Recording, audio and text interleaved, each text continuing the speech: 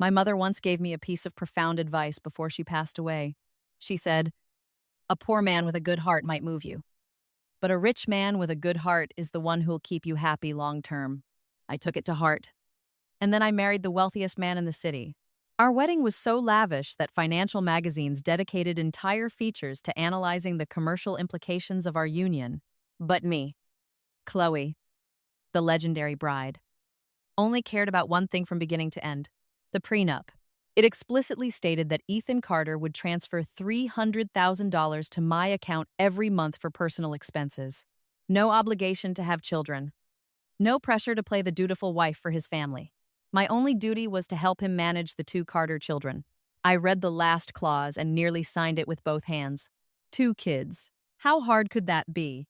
If they were difficult, I just bribed them with money. If money didn't work, it simply meant I hadn't used enough of it. 3 days after the wedding, Ethan flew to Europe for company business. He stood by his car, impeccably dressed in a sharp black blazer. His tall, imposing figure, so handsome it could grace any magazine cover, exuded an air of cool detachment. He handed me a black card. His voice was calm. "While I'm away, you have full authority over everything at the estate. Daniel and Mia can be a bit reserved. No need to force them to warm up to you immediately." I took the card, and my smile instantly became far more genuine.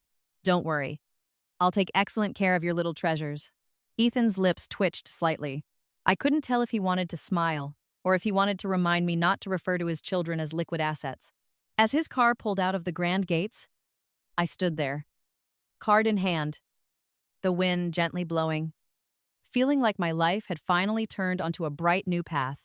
Mr. Henderson, the Carter family's head butler, was a serious man, and his words were equally serious. "Mrs. Carter, Daniel skipped his tutoring again today, and Mia has locked herself in her room since morning. She won't even eat lunch." I took off my sunglasses, glancing at the sprawling estate, where getting lost wouldn't surprise me. "Where's Daniel? He's in the backyard, playing with his drones." "And Mia? In her art room. She doesn't like anyone going in there." I nodded, rolled up my sleeves, and headed straight for the backyard. Daniel Carter, 15, tall and lean, with slightly disheveled dark hair, was crouched beside a disassembled drone. A smudge of oil stained his cheek, his eyes cold. Seeing me, he didn't bother to stand. "If you're going to lecture me, just get it over with. I'm busy." His tone was that of a classic rebellious teenager. I sat on a nearby chair, observing the components spread across the table. "How far can this thing fly?" Daniel's hand, holding a screwdriver, paused. He looked up at me, cautious. "You understand this stuff." "Not a bit," I replied casually. "But if it's expensive, I can learn quickly." Daniel stared at me as if I were some alien creature. After a few seconds, he said coolly, "The current model flies for 8 miles, but the engine isn't stable enough. If I replace the core module, it could go 12 miles. Replace it then." He frowned. "That module has to be ordered from Germany. It's really expensive." I pulled out my phone and sent him a link. 5 minutes later, the order was successfully placed. 10 minutes later, I bought him an indoor flight simulator kit, complete with expedited installation. Daniel clutched his screwdriver, his lips moving a few times before he finally managed to ask, "You're not going to tell me that playing with these things will ruin my future?" I propped my chin on my hand, looking at him. "Whether your future is ruined or not doesn't depend on this drone. Only those who lack capability fear their passions will drag them down. Truly capable people turn their passions into a path forward." Daniel's eyes shifted slightly. I stood up, gently brushing off my skirt. "However, your English essay from yesterday was returned by your tutor. The grammar is a total mess, like a train wreck. If you want to compete internationally or present products someday, you at least need to be able to make people understand that you're not just some guy who builds machines on blind faith." His face immediately darkened. I smiled. "Keep playing. Tonight. 1 hour of English. No negotiating." He gritted his teeth but didn't object, having handled one little treasure. I went upstairs to find the other. Mia Carter's door was tightly shut, a handwritten note taped to it. "Keep out. Whoever enters is a dog. Mr. Henderson stood behind me, awkwardly clearing his throat. The young lady is still quite small. Her words are a bit. I raised a hand to stop him, then knocked on the door. Mia, your new stepmom is here. Could you open the door? Silence inside. I continued. It's okay if you don't open it, but if you're designing dresses, I know a designer who's done pieces for Paris Fashion Week. Click. The door cracked open slightly. A little girl in a white dress stood behind it. Her pretty face. Round eyes. Full of wariness. Are you serious? I pulled out my phone and showed her photos of that designer's latest collection. Mia stared at the screen, her proud demeanor instantly cracking. You really know her? Not closely. Her face fell immediately. I added, but close enough to pay for a private consultation for you. The door opened wider. Inside, the room was filled with sketches, fabric scraps, ribbons, and mini dress forms. On her table lay an unfinished dress. Its tiered skirt a bit clumsy, but the concept brilliant. Mia clutched her sketches to her chest. Don't think buying me things will make me call you Mom. I sat on the edge of the table, careful not to crush any small fabric pieces. You don't have to. Auntie Moneybags also sounds nice. The corner of her mouth twitched. She clearly wanted to smile, but tried to hold it in. I pointed to the sketch on the table. This dress is lovely, but the waist is a bit heavy. If you pair it with lighter fabric, the silhouette would be more elegant. Mia looked surprised. I don't know much about design, but I understand beauty, and I understand price. She blinked. I want my own sewing room. Approved. I want the best sewing machine. Approved. I want imported fabrics. Approved. Mia looked at me with a complex expression, as if she'd just met some magical creature who used money to charm children. I propped my hands on the table, speaking seriously. But you still have to eat lunch. A hungry person's dress designs have no soul. She pursed her lips, finally asking in a small voice, can I have strawberry shortcake meal first? Then cake, plus bubble tea. Light, ice, extra boba. The negotiation ended peacefully. That evening, the Carter family dining table, for the first time in a long while, had all three people present. Daniel sat to my left, secretly checking order, confirmation messages as he ate. Mia sat to my right, a perfectly decorated slice of strawberry cake before her, looking like a work of art. Mr. Henderson stood not far away, his expression as if he'd just witnessed a miracle. I leisurely sipped my fruit juice, just about to enjoy the fruits of my first day as a stepmom. When my phone rang, it was my adoptive father, Mr. Thompson. The moment I answered, his cold voice came through. Chloe, Sophia's home. She's our biological daughter. The marriage to the Carters was always meant for her. I raised an eyebrow.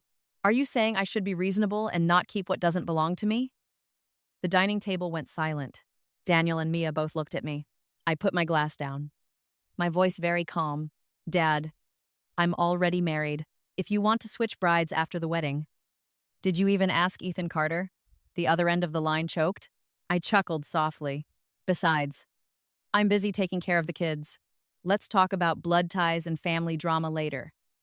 Okay, without waiting for his reply, I hung up.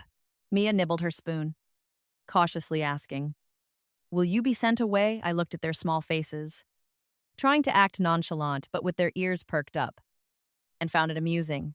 Don't worry. Your stepmom is expensive. You can't just trade her in.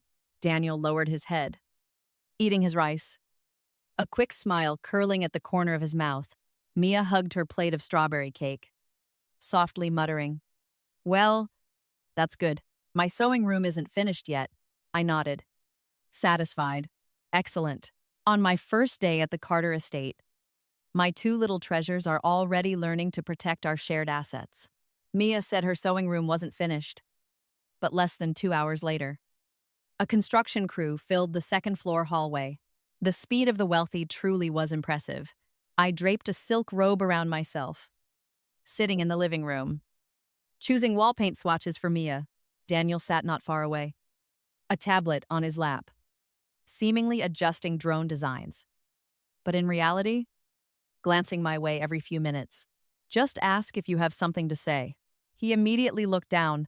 Who cares? Mia hugged a pillow, sitting beside me, speaking for her brother in a very casual tone. He wants to know if your family is really going to kick you out. Daniel's ears turned red. Mia, shut up.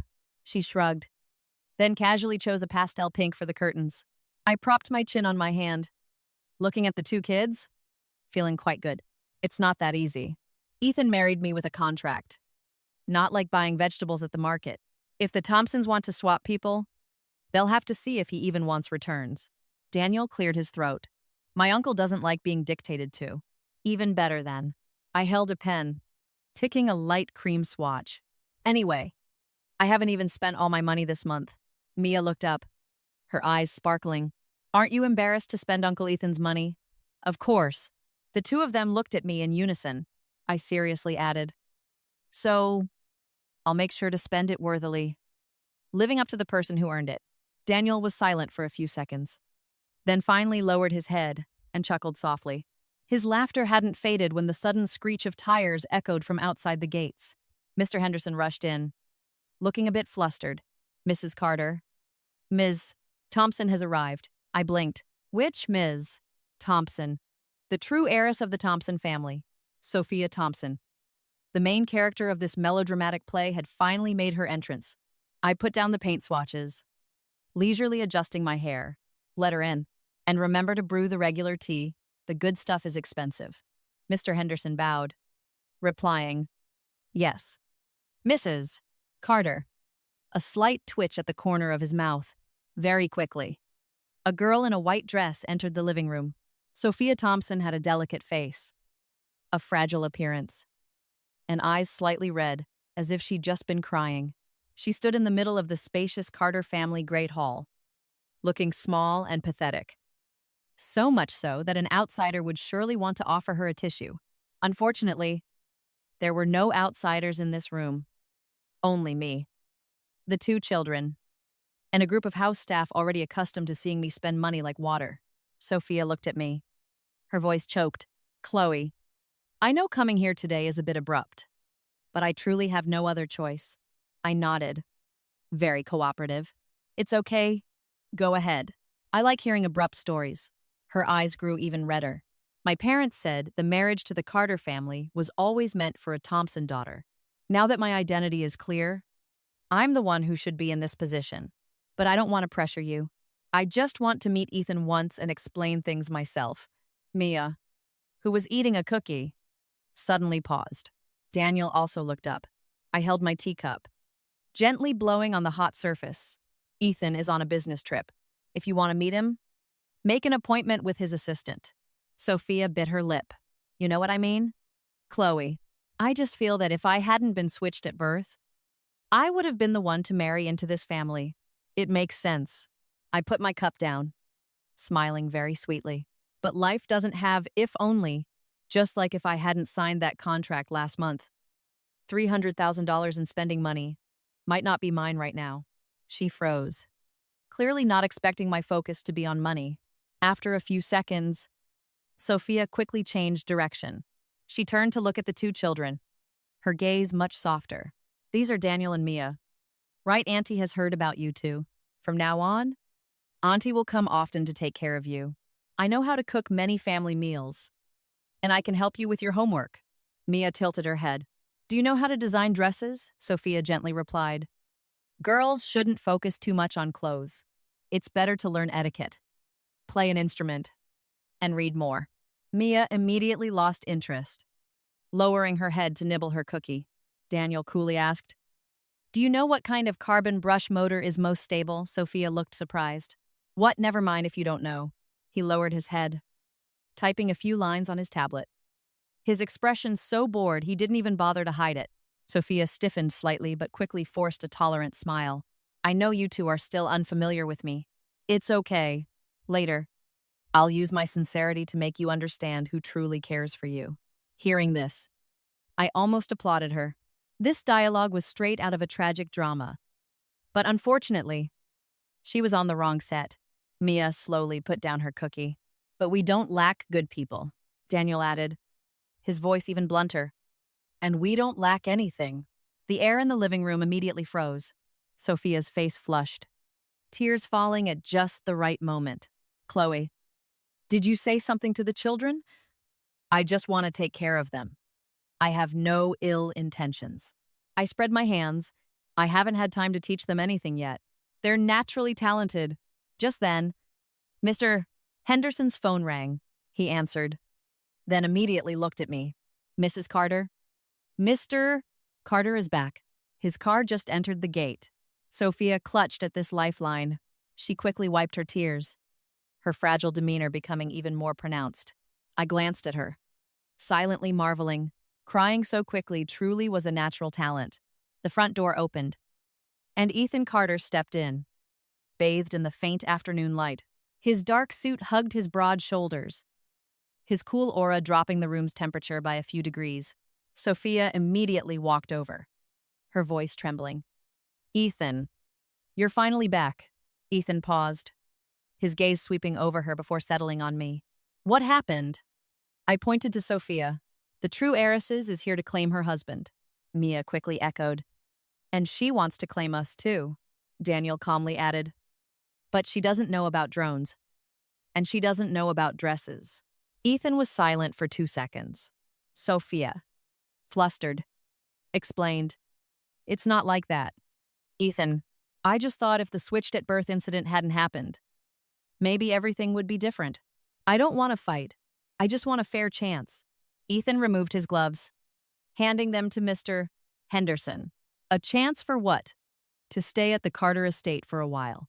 I want to prove that I can also take good care of Daniel and Mia.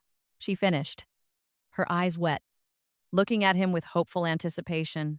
I said nothing. Daniel frowned. Mia gently tugged my sleeve. Ethan looked at Sophia, his voice completely unruffled.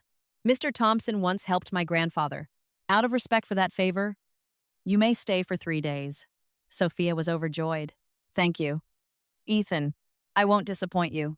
I raised an eyebrow. 3 days. Fine. Someone's performing a free drama for me. High society life was indeed more exciting than I'd imagined. Ethan walked past me, asking in a low voice. Not happy, I looked at him, smiling gently. Not at all. As long as this month's spending money doesn't change, I'll be happy even if 10 more people move in. He looked at me for a few seconds, a faint smile flickering in his eyes. It won't change. I immediately felt at ease. Sophia stood not far away, her face slightly pale. Mia leaned close to my ear, whispering, she's crying again. I gently patted the child's hand. Don't look too long. You might pick up bad habits. Daniel lowered his head, clearing his throat, and Ethan Carter, the man who had just allowed the villainess to stay, curved his lips almost imperceptibly. It seemed I wasn't the only one finding this drama amusing. Sophia stayed at the Carter estate for less than half a day, and the entire mansion already had an air of domestic perfection. She woke up very early, personally arranged flowers in the living room, changed tablecloths, and even told the staff to remove some items that didn't fit high society aesthetics. After Mr. Nugent Henderson finished reporting, I immediately became fully awake. Did she touch Mia's sewing room? Not yet. Ma'am, did she touch Daniel's flight simulator area? Still no. Ma'am, I pulled my blanket up. Then let her keep cleaning. We should respect someone with such ideals for free housework. Mr. Henderson was silent for a few seconds, his voice even more respectful. Yes, Mrs. Carter. Unfortunately, those who like to play the virtuous homemaker rarely stop at just wiping tables. Near noon, Daniel's piercing scream suddenly echoed from downstairs. What are you doing? I had just taken my first bite of strawberry shortcake, and my movement froze. Mia, sitting beside me, testing fabric swatches, also shot up. We exchanged glances and rushed downstairs. The once quiet living room was now chaotic, as if a storm had swept through. On the coffee table, several black trash bags were piled up. Daniel stood in front of the small storage room door, his face ashen. His hands were clenched so tight his knuckles were white. Sophia stood opposite him, her expression a mix of helplessness and heartache. Daniel, Auntie did this for your own good. These components are messy and dangerous. You're still young. If you play with these things all day, what will you become later? I stepped forward and opened a trash bag. Inside were engines, propellers, carbon fiber, control boards, and several parts Daniel had carefully labeled. Excellent. She dared to touch the children's treasures as soon as she arrived. Seeing me, Sophia immediately teared up. Chloe, don't be angry. I know you spoil the children, but too much spoiling will harm them. Daniel is a Carter heir. He'll have to take over the family business someday. He can't spend all his time buried in these toys. Toys, Daniel scoffed, his eyes red-rimmed. The central control unit in the bag you're holding is a custom algorithm I wrote for 3 months. You threw it away like trash. Sophia froze, clearly not understanding a word. Before I could speak, Mia's scream came from upstairs. My sketches. No need to ask. The second incident was here. I led Daniel back to the second floor. Mia's room door was wide open.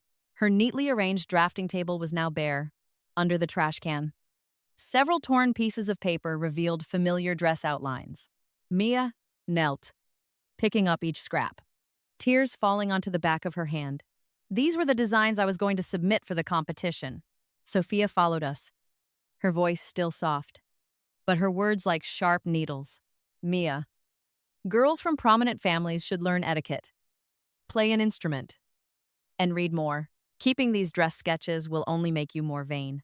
Auntie already told the staff to clean them up. Later, I'll help you choose a better path.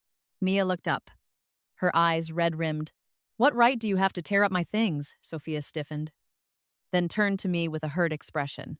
See, Chloe, the children are so spoiled by you, they can't even tell right from wrong anymore. I just want to help them fix their bad habits. I looked at her for a moment, then chuckled. Sophia looked surprised. What are you laughing at? I'm laughing at your courage. I pulled out my phone and called Mr. Henderson. Bring the tablet and the shopping list up here. Mr. Henderson appeared very quickly. I opened my notes, sat on the chair by the window, and started calculating. Daniel's central control unit, not market price. Just 3 months of his effort, $15,000. Daniel immediately looked at me. I glanced at him.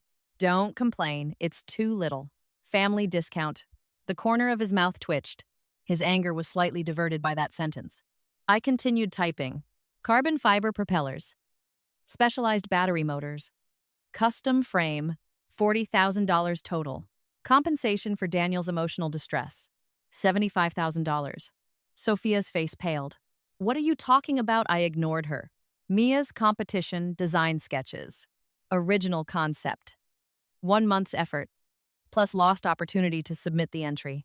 $120,000. Compensation for emotional trauma to a minor. $75,000. Mia clutched her paper scraps, tears still glistening on her lashes, but her lips were slightly pursed. I looked up, giving her a very polite smile. Total, $425,000. Miss Thompson, would you prefer to swipe your card or transfer the funds? Sophia's eyes widened. Are you insane? I just helped the children clean up some useless things. Useless to you doesn't mean useless to them. My voice chilled. If you want to be a good mother figure, first learn to knock. If you want to educate children, first, learn to respect other people's property. Don't always open your mouth saying it's for their own good, when you don't even know what they value. Sophia choked, her eyes turning red again. You're deliberately making this hard for me. You're afraid I'll stay and steal your position. So you're instigating the children to hate me. You jumped into this pit yourself. Are you blaming me for not laying out a red carpet?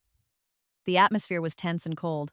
Just then, a soft knock came from the door. Ethan Carter stood outside. I didn't know how long he'd been listening. Today, he wore a dark gray shirt, sleeves rolled up to his elbows. His expression calm, but his eyes colder than usual. Sophia saw him, and tears immediately streamed down her face. Ethan, I truly just wanted what was best for the children. I didn't know those things were so important. Chloe is making me pay over $400,000. Ethan didn't look at her immediately.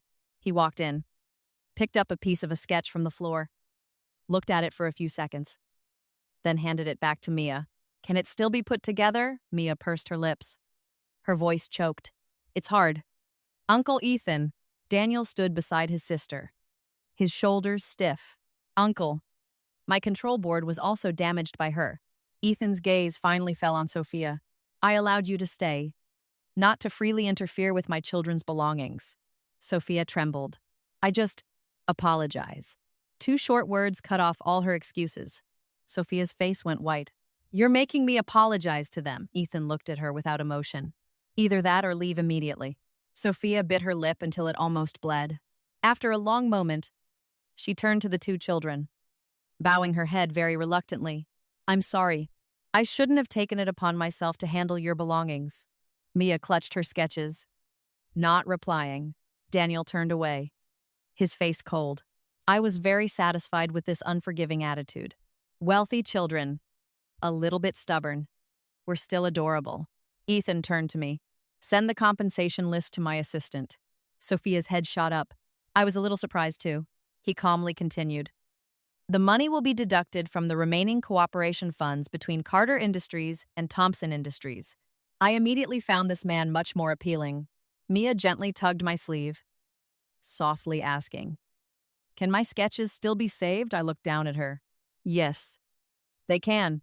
If not, we'll draw even better ones. Your stepmom has money, resources, and time to help you win. Mia looked stunned. Daniel, beside her, suddenly spoke very softly. And my control unit, I turned to him. Tonight, I'll sit with you and rewrite the algorithm. You don't understand it, he said. No, but I can sit next to you and pay for late-night snacks. Daniel lowered his head, the corners of his eyes slightly red, his voice trying to sound annoyed. Just sit there and don't bother me. I chuckled. Understood. Young master. Ethan Carter stood not far away, his gaze silently resting on the three of us. Sophia, forgotten on the side, dug her fingernails deep into her palms, her fragile expression almost shattering. Her virtuous mother drama had barely begun before it stumbled. But I knew someone like Sophia wouldn't give up so quickly. It's okay. The Carter estate has plenty of rooms, and I have plenty of money. However long she wants to act, I can sit in the VIP seat and watch until the very end. Sophia remained silent for exactly one day. That day, the Carter estate was so peaceful, I almost thought she'd had an epiphany and decided to abandon her fake, virtuous mother path to become a respectful guest. Unfortunately, those who love to perform can't bear an empty stage for too long. At 7:00 p.m., I was in the living room, watching a paper restoration specialist carefully piece together Mia's sketches. The little girl sat beside him, clutching a mug of hot milk, her eyes glued to each fragment of paper as if it were a lost treasure.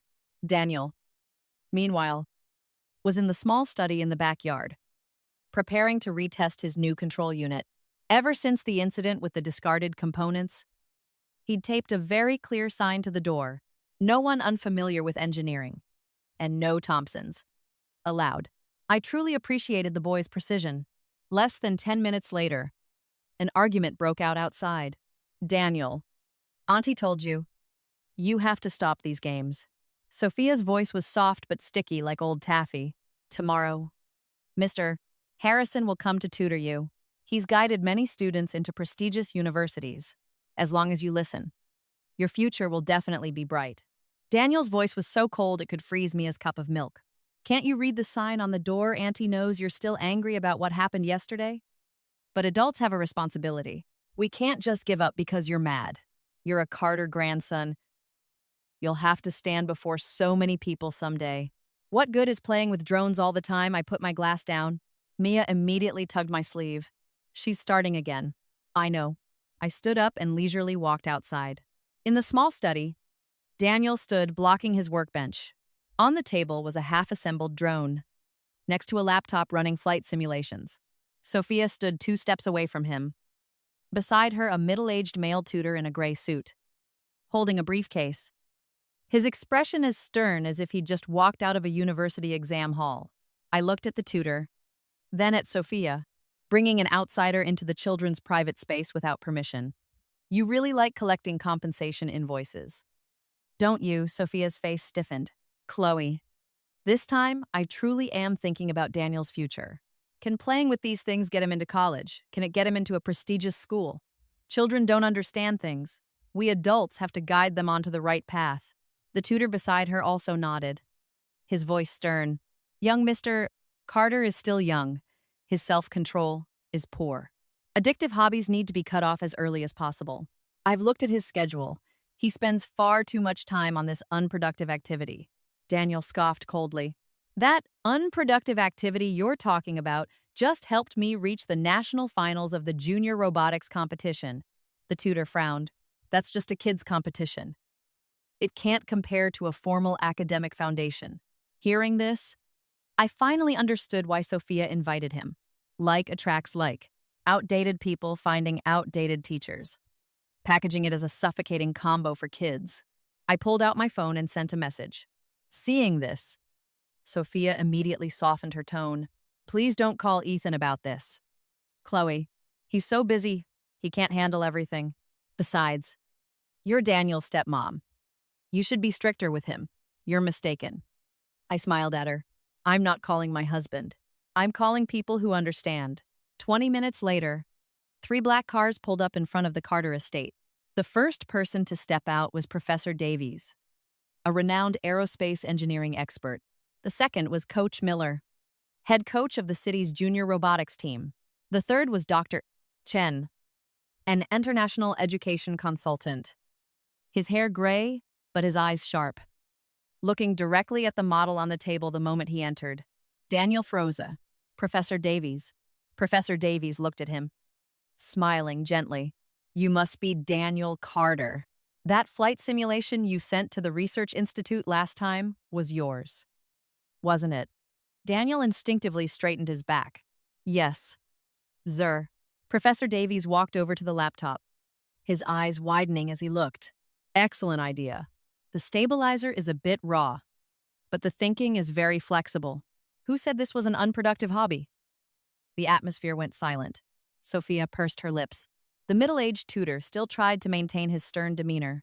Small talents can't replace formal education. Students at this age need to focus on grades. Dr. Chen raised an eyebrow. Grades are important, but not the only measure.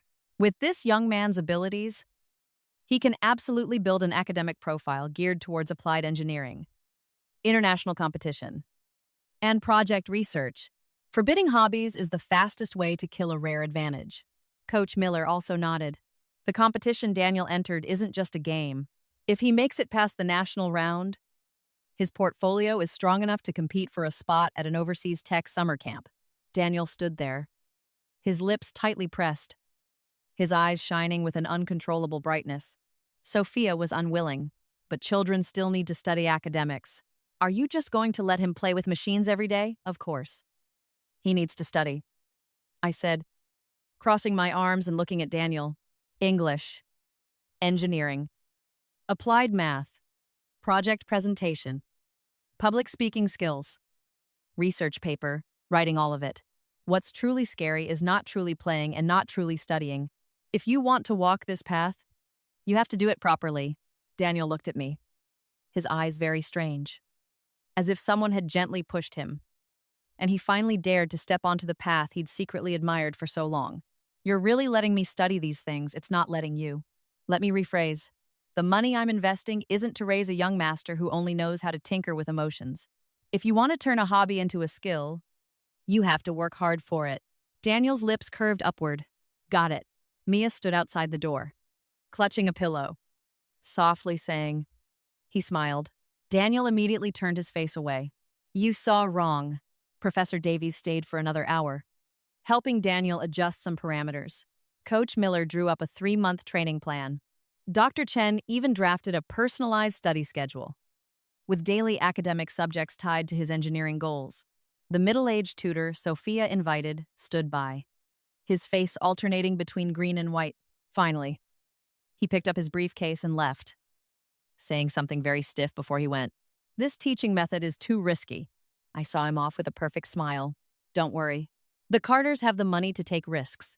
You just stick to your safe path. Sophia stood frozen in place. She looked at Daniel, who was now deep in discussion with Professor Davies. her face filled with disbelief, as if her worldview had just been shattered by a golden hammer. I just wanted what was best for him. Her voice was noticeably weaker. I tilted my head, looking at her. Wanting what's best for someone isn't about forcing them to become who you want them to be. You didn't understand, Daniel. So all your good intentions were just a cage. Sophia's face went white. Just then, Ethan Carter walked in from outside. He must have just returned from the office, his tie slightly loose, carrying the chill of the evening. He surveyed the scene in the room, his gaze resting on the training plan on the table. What's this? Daniel held the plan, for the first time actively approaching him. Uncle Ethan, I want to participate in international competitions. I'll study seriously and won't neglect academics. Ethan looked at him for a long time. Are you sure? Daniel nodded. I'm sure. Ethan didn't say long words of encouragement. He just reached out and gently ruffled Daniel's hair. Then, do well. It was a simple sentence. Yet Daniel's ears turned red. I stood beside them, about to tease him, when the boy suddenly turned to me. His voice was very soft, but everyone in the room heard it. Mom, Chloe, can I use the simulator room for 2 extra hours tonight? The air went completely silent. Mia gasped. Sophia looked as if she'd been slapped. Ethan looked at me, his eyes much deeper. I cleared my throat, maintaining my composure. Yes, but only after you finish your English homework. Daniel nodded very quickly. Got it. The boy, clutching his training plan, ran towards the simulator room, his steps light as air. Mia scampered after him, yelling as she ran. You called her Mom. I heard it clearly. Mia. Shut up. The sibling squabbling faded into the distance. I turned back to find Ethan still looking at me. What's wrong? He was silent for a moment, his voice lower than usual. Thank you. I waved a hand. No need for thanks. From now on, the fees for the professors, coaches, and education consultants will all go on your tab. Ethan curved his lips. Okay, Sophia stood to one side, tears falling, but this time no one noticed. I looked at the retreating figures of the 2 children in the hallway, suddenly feeling very good. Being a wealthy stepmom was indeed a lot of work. Fortunately, the feeling of spending money to raise children wasn't bad at all. After Daniel's mom, Chloe, my status in the Carter household soared. The most obvious sign was at breakfast the next morning. The boy actively pushed a plate of egg tarts toward me. These aren't too sweet. You can eat them. Mia immediately put her milk glass down, her round eyes wide with accusation. You called her by the wrong name. Daniel held his fork, his expression unchanged. You misheard. No, I didn't. I'm not deaf. Mia Daniel's annoyance was clear. I bit into an egg tart, feeling that even children's arguments could be a delightful seasoning. Before, I always thought children were bothersome. Now, I found that if children knew how to peel grapes, offer cake, and even take your side, it wasn't so bad after all. Sophia sat at the end of the dining table, her gentle smile almost impossible to maintain. After consecutive days of failure, she no longer carelessly provoked Daniel. After all, the boy now, upon hearing the name Thompson, immediately locked himself in the simulator room. The next person she targeted, of course, was Mia. After breakfast, Mia ran upstairs to change. She had an online meeting scheduled with the designer I'd arranged. Last night, she'd picked out 3 dresses repeatedly, finally deciding on a pale blue one she'd accessorized with a white bow. I was about to go up and check on her when Sophia stood up first. Chloe, I'll go see how Mia's preparing. She's still young. There are many things an adult needs to guide her on. I wiped my hands, smiling at her. Be careful. Mia doesn't like people touching her things. She lowered her eyes, her voice soft as water. I know. I'll be patient and talk to her. Patience in Sophia's dictionary usually meant using a sweet voice to suffocate others. Sure enough, less than 5 minutes later, Mia's cold voice rang out from the second floor. Auntie, let go. I leisurely put down my napkin and walked up the stairs. Mia's room door was ajar. Sophia stood in front of the vanity table, holding a jar of children's moisturizer that I had specially ordered for Mia. On the bed lay several dresses she had rummaged through. Mia clutched her pale blue dress, her small face taut with anger. Sophia sighed. Her expression, a mix of pity and reproach. Mia, you're only 12. What do you need these expensive things for? Children's skin is already beautiful. And dresses. Focusing on your appearance every day will only make you vain. I use moisturizer specifically for my age. And I styled the dress myself. But you're a young lady of the Carter family. You need to develop inner grace. I've already signed you up for zither lessons and etiquette classes this afternoon. Those things will help you become a well-mannered young woman. Mia looked at her as if she were a curtain hung in the wrong place. I don't like the zither. Whether you like it or not isn't as important as whether it's useful. Designing is also useful. Sophia forced a bitter smile. You're still young, so you don't understand. Dresses, makeup, drawing. All these artistic pursuits are just superficial. Later, when you grow up, you'll know Auntie is doing this for your own good. Mia pursed her lips, her eyes a little red, but she didn't cry. I leaned against the doorframe, knocking lightly twice. It seems this room needs an entry fee again. Sophia turned around, her expression flickering. Chloe, I'm just teaching her. Teaching her to hate what she loves. I stepped in, taking the moisturizer from her hand and placing it back on the table. You don't understand Daniel's engineering, so you call it a game. You don't understand Mia's designs, so you call it superficial. Sophia Thompson, have you ever considered that the problem isn't with the children, but with your own limited perspective? Her face went white. You're being too harsh. My background isn't as privileged. I don't understand luxury brands or these extravagant things. But I know that girls should be dignified and hardworking, not just focused on appearances at this age. Mia clutched the dress in her hands. I don't just care about appearances. Her voice trembled with anger. I love designing because I want to create beautiful things. I want the people who wear my dresses to feel cherished. Uncle Ethan is busy. Daniel is always in the simulator room. Before. No one ever listened when I talked about my sketches. The little girl looked at me, her eyes red. Only Mom. Chloe. Listened. The words, Mom. Chloe fell very softly. Yet they silenced the room. Sophia stood stunned. I was also a little surprised. Mia realized what she had just said. Her small face immediately flushed. She turned away abruptly, trying to maintain her proud demeanor. Anyway, I'm not going to those zither lessons with you. I slowly curved my lips. If you don't want to go, then don't. This afternoon, designer Miss Jenkins will come here in person. No more online sessions. Mia spun around. Really? Your stepmom just rescheduled it with money. Her eyes lit up. Sophia looked at me in disbelief. You're spoiling her with money again? Yes, I replied succinctly. My husband's money, my husband's children, my husband's home. I'm using it where it's deserved. Whose heart are you breaking for? Sophia stiffened. I didn't give her a chance to cry anymore. Turning to call Mr. Henderson. Please cancel the zither and etiquette classes that Ms. Thompson independently signed them up for, from now on, without my signature or Mr. Carter's. No one is to schedule anything for Daniel and Mia. Mr. Henderson replied very quickly. Yes. Mrs. Carter? Mia, clutching her dress. I suddenly walked over and took my hand.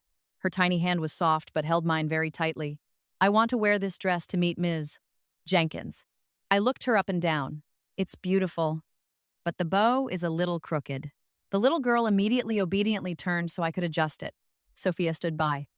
Completely superfluous. In the afternoon, designer Miss Jenkins arrived at the Carter estate. She was over 40, with a sharp, discerning air. Upon seeing Mia's sketches, she immediately nodded. The style is still young, but the ideas have real spirit, especially the waist and skirt sections, which show unique emotion. Mia sat up straight, her cheeks flushed with joy. I sat beside her, trying to act as if I wasn't proud at all. Designer Jenkins asked the little girl, "Why do you want to design dresses?" Mia was silent for a few seconds. Then, softly replied, "Because someday, I want to design a beautiful dress for Mom." Chloe, I was drinking tea and nearly choked. Daniel, standing behind the sofa, immediately chuckled. Mia turned to glare at her brother. Don't laugh. Daniel raised an eyebrow. I'm not laughing at you. I'm laughing at Mom. Chloe, pretending to be calm after being promised a dress. I put my teacup down, looking sternly at the two of them. A little respect. Please. Adults need to save face too. The two siblings simultaneously turned away, their shoulders gently shaking. Sophia sat opposite us, unable to interject a single word the entire time. When designer Jenkins praised Mia and suggested she try submitting her sketches for an international children's design competition, Sophia's face became so grim that even her foundation couldn't hide it. That evening, Mia, clutching her pillow, ran into my room. Ethan Carter was sitting on the sofa, looking at documents. Seeing the little girl, he raised an eyebrow. What's wrong? Mia ignored him, going straight to my side of the bed with her pillow. I want to sleep with Mom. Chloe. Ethan froze. I also froze. The little girl climbed into bed very naturally, pulling the blanket up to her chin, only her sparkling eyes visible. Dad, you sleep in the living room. Ethan put his documents down, his voice deep. This is my room. Mia hugged my arm tightly. Tonight, I need Mom. Daniel walked past the door. I heard this and immediately poked his head in. How old are you that you're still hogging people? Mia jutted out her chin. If you're jealous, just say so. Daniel's face turned cold. Nonsense. But he still stood at the door, not leaving. Ethan looked at his son and daughter, then at me. There was a rare hint of helplessness in his eyes. I shrugged. Mr. Carter, your daughter has given an order. He was silent for a few seconds, finally picking up his documents and standing. Before leaving the room, he leaned down and looked at me, his voice very low. You're better at coaxing children than I thought. I chuckled, mainly because I'm very expensive. Ethan looked at me for a long time, the corners of his lips curling slightly. Expensive, but worth it. The door closed. Mia snuggled into my arms, her voice soft as a kitten's purr. Mom! Chloe, if Aunt Sophia wants to replace me with someone else later, will you help me? I pulled the blanket up for the little girl. No one can replace you. If you like dresses, draw dresses. If you like beauty, embrace it. The Carters aren't so poor that a little girl has to give up what she loves to earn 2 words. Well behaved. Mia didn't speak again, just hugged me tighter. Outside the door, footsteps seemed to stop for a long time. I didn't need to look to know it was Ethan Carter. It seemed the formidable Mr. Carter would have another sleepless night. Ethan Carter indeed had a sleepless night. The evidence. At breakfast the next morning, he sat at the head of the dining table with his usual calm expression, but there were faint dark circles under his eyes. I watched him as I ate my porridge. Handsome men truly had privileges. An all-nighter didn't make him look haggard. He looked like a finance CEO silently bearing a billion-dollar burden. Mia sat next to me, nibbling toast, softly asking, Dad, did you really sleep in the living room last night? Ethan looked up at his daughter. Are you very happy about that? She blinked. Very innocently. It's just normal. Mostly. Mom, Chloe, is very warm to cuddle with. Daniel immediately choked on his food. I handed him a glass of water, casually patting Mia's head. Eat. Kids, don't provoke sleep-deprived adults. Ethan looked at my hand resting on Mia's head, his eyes deepening slightly. A moment later, he pushed a small box in front of me. I opened it. Inside was a beautiful diamond bracelet. A thank you. He said it very naturally. I immediately felt wide awake. Mr. Carter, you're too kind. If you need anything in the future, coaxing children, fending off manipulative women, maintaining the family's reputation, I can take on additional service packages. Daniel lowered his head, chuckling. Mia picked up my hand to admire the bracelet, her eyes sparkling. Mom, Chloe, it looks beautiful on you. Ethan looked at me, his voice lowered. Indeed, beautiful. The air at the dining table suddenly paused. I rarely felt so exposed under someone's gaze. So I lowered my head and drank my water. Sophia sat opposite, her spoon tapping her bowl ever so lightly. She had lost continuously these past few days. visibly thinner, but her fighting spirit remained terrifyingly persistent. Whenever she saw Ethan treat me even slightly better, her eyes would redden as if she'd been betrayed by the whole world. After breakfast, Ethan went to the office. Daniel went off to study engineering English, and Mia prepared her competition sketches. I finally had a rare half day of peace, so I immediately stretched out on the sofa in the bedroom, tablet in hand, browsing my investment portfolio. Being a high society wife couldn't just mean spending money. No matter how much allowance I received, it was still someone else's money. To truly thrive in this wealthy world, I needed my own assets. I was staring at the red and green charts until my eyes hurt when the room door opened. Ethan Carter walked in, a stack of documents in his hand. "You're looking at stocks." I immediately pressed the tablet against my chest. "You didn't knock." He paused, his gaze falling on my defensive posture, the corner of his lips twitching slightly. "This is our bedroom." Nominally, I emphasized. He walked over and sat on the single chair nearby. Then, in reality, I thought very seriously. "In reality, you're Party A, paying the bills, and I'm Party B, providing family management services." Ethan took off his glasses, gently rubbing the bridge of his nose. "Other Party Bs climb into Party A's bed and sleep with Party A's daughter," I retorted, very logically. "That's an incidental service, not part of the original contract." He was amused by my answer, his smile very faint, but enough to soften his usually cold face by several degrees. "Chloe, have you ever considered that our marriage doesn't need to stop at a contract?" My hand froze on the tablet. That question was too dangerous.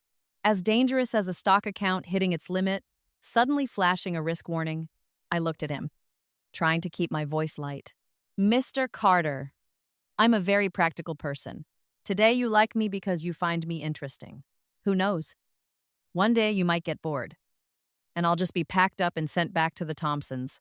Ethan's eyes darkened. "You're not merchandise, but many people see me that way."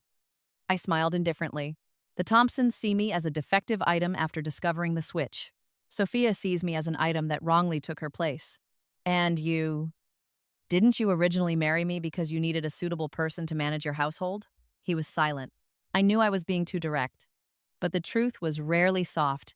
After a moment, Ethan stood up and walked over to me. "Initially, yes, that was true." I looked up. He leaned down, the distance so close I could clearly see his long eyelashes. "But now it's different." My heart suddenly skipped a beat. So unprofessional of me.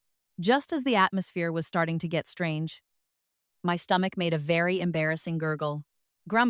Ethan froze. I also froze. Last night, I secretly ate half a tub of ice cream with Mia, plus 2 skewers of grilled meat Daniel ordered. The karma was coming a bit too fast. I clutched my stomach, my face expressionless. "Party A. Party B requires urgent assistance." He immediately frowned. Stomach ache. Bloated, I moved further into the bed, gently patting the spot next to me. "Come here." Ethan stood still for 2 seconds, his eyes sweeping over the bed before returning to me. His usually normal earlobes turned suspiciously red. "Are you sure I was so uncomfortable I couldn't be bothered to think deeply?" "Sure, hurry up." "I can't take it anymore." He took a slow, deep breath, removed his watch, and placed it on the nightstand. His movements were calm, but his wrist was slightly stiff. I lay down, pulled his hand, and placed it on my stomach, rubbing it clockwise. His hand was rigid. "That's it." I widened my eyes. "Or were you planning to read me a financial report to help me digest?" Ethan was silent for a very long time. Then he lowered his head and chuckled. His deep laughter fell beside my ear, both helpless and somehow very intimate. His palm was surprisingly warm, his touch just right. Not like someone doing this for the first time. The bloating gradually subsided. I was so comfortable my eyelids grew heavy. "Ethan, if you ever want a divorce, to remember to give me 3 months' notice." The hand on my stomach paused, his voice lowered. "That day won't come." I smiled drowsily. Men rubbing a woman's stomach always say sweet things. "Chloe, I'm not kidding." I wanted to open my eyes and look at him, but sleep came too quickly. Before I completely drifted off, I thought someone pulled the blanket over me. The movement was very gentle, When I woke up, it was already dark. I was in bed, my stomach discomfort gone. Beside me was a glass of warm water and digestive medicine. Ethan was sitting on the sofa, his laptop on his lap, the screen light illuminating his face. He was still working, but on his shirt sleeve was a small wrinkle from where I had gripped him while I slept. For some reason, I looked at that wrinkle for a little too long. The room door suddenly had two soft knocks. Mia poked her head in. "Mom? Chloe. Are you awake?" Behind her was Daniel, holding a box of hot porridge. "Uncle Ethan said not to give you cold food anymore." I sat up, looking at the three people in the room. A husband in name, two children who once said they didn't need a stepmom. Suddenly, this large room no longer felt like a place I was temporarily staying to earn money. It was a very strange feeling, a little dangerous, and also a little warm.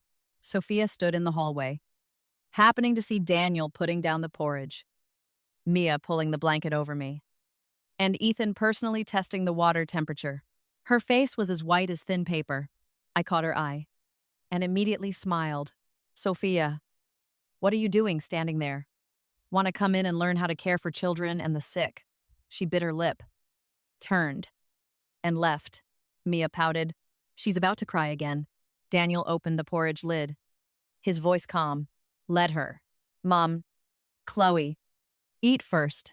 Ethan looked at me, his gaze deep and gentle. I lowered my head and ate a spoonful of porridge, pretending not to see the corners of my lips curving upward. My fake marriage seemed to be truly veering off course.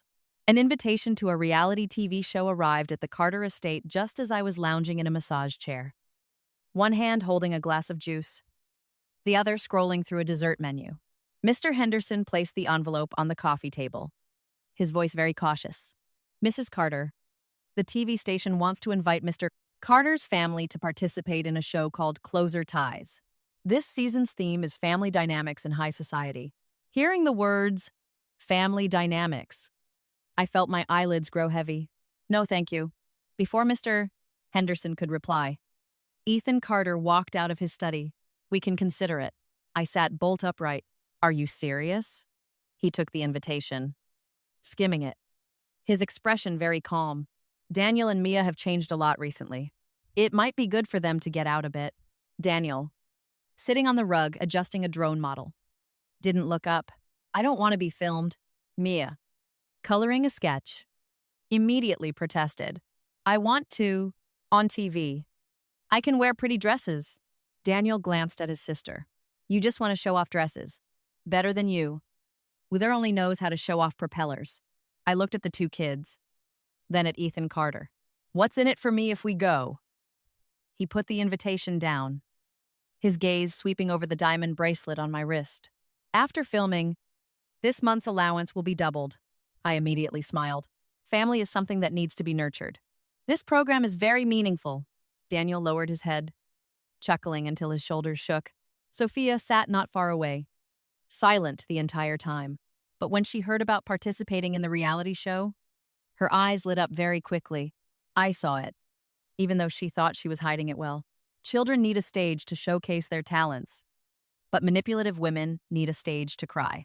3 days later, the Carter convoy arrived at the suburban filming location to fit the theme of a simple family.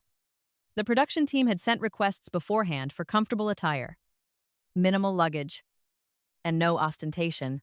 I read it and respected their wishes.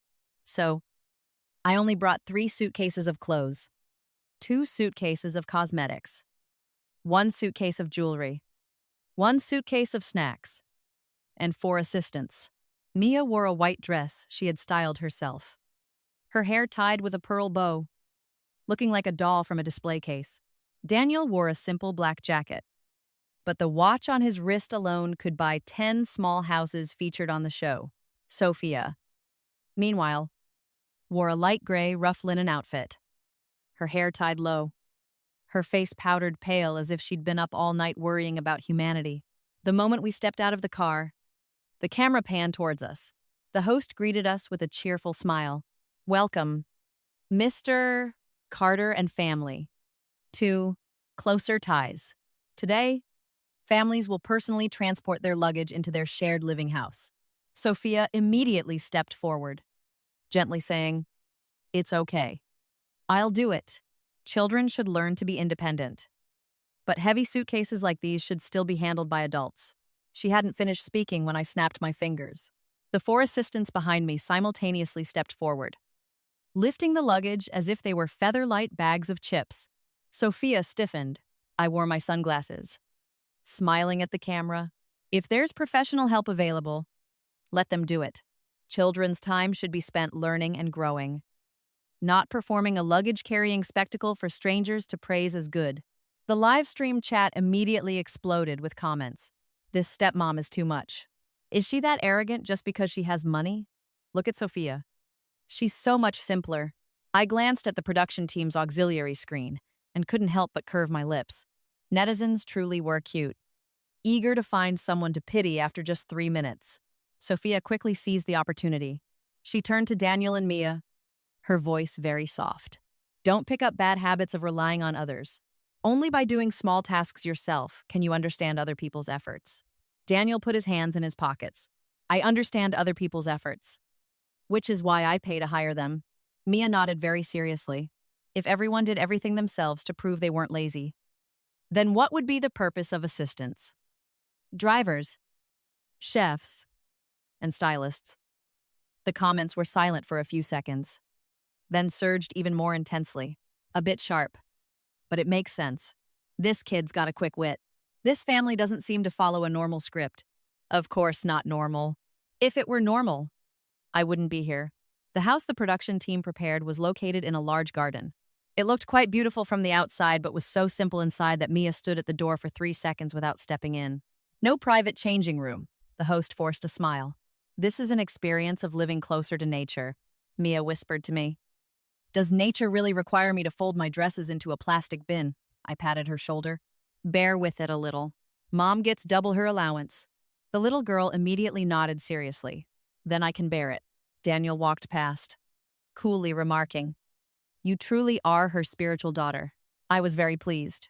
"Thanks for acknowledging our blood connection through money." After room assignments, the first task began. Parents and children preparing lunch together. Sophia was like a fish in water. She quickly tied on an apron, rolled up her sleeves, her voice gently addressing the camera. "I've always felt that family meals don't need to be expensive, as long as there's love.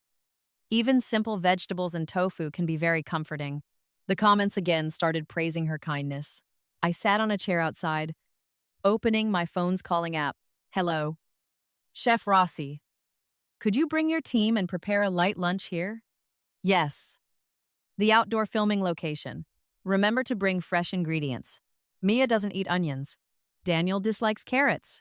Ethan eats bland food." The host gasped. "Mrs. Carter, the task requires parents to prepare it themselves. I'm personally calling it in." I replied very calmly, "That's also a form of preparation." Half an hour later, a specialized vehicle pulled up to the gate. A team of chefs in white uniforms entered, setting up a cooking station right in the yard. The aroma of seared beef, mushroom soup, and toasted bread quickly filled the house. Sophia emerged from the kitchen, carrying a plate of stir-fried vegetables, her smile almost dropping to the ground. "Chloe, you're breaking the rules." I took a salad plate from a chef, raising an eyebrow. "Does the rulebook say I can't hire a chef?" The host bowed his head, frantically flipping through the script, looking bewildered. Ethan Carter sat next to me, slowly wiping his hands. "It doesn't say so." I offered him a piece of bread. "See, my husband says it doesn't say so." Ethan looked at the bread in his hand, the corners of his lips curving very faintly. Daniel and Mia had already naturally sat down beside me. They ate heartily, with no intention of performing a touching scene with Sophia's loving stir-fried vegetables. The netizens initially criticized my extravagance, but after a while, the comments shifted. "Wait, she remembers everyone's preferences. So what if she hired a chef? At least she's not forcing the kids to eat things they don't like." Suddenly, this kind of care seems very practical. Sophia watched the comments change direction, her hands clutching the apron strings. After lunch, the production team asked each family to share their feelings about the first day. Sophia immediately lowered her head. Her voice choked.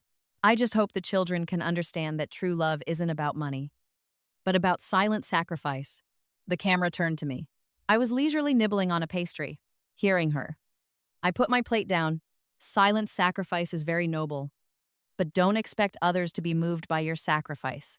I don't like to cause suffering, and I don't want my children to have to learn to suffer to prove they're good. Daniel looked into the camera, his voice calm.